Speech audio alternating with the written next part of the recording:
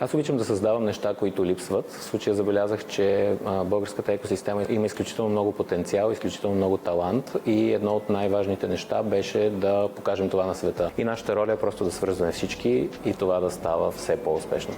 Триумфа за мен е добавена стойност. Какво се крие за триумфа? Определено талант е първото нещо, което отваря вратата. Дисциплината е това, което ни позволява да продължим да правим по един предвидим начин това, което сме обещали, че ще правим към клиенти, към партньори и така нататък.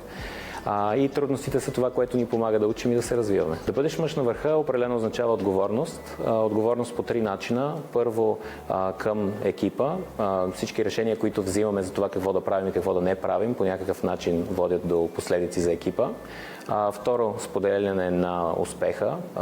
Всичко, което съм изградил до сега е изключително и само заслуга на хората, които работят с мен и за мен.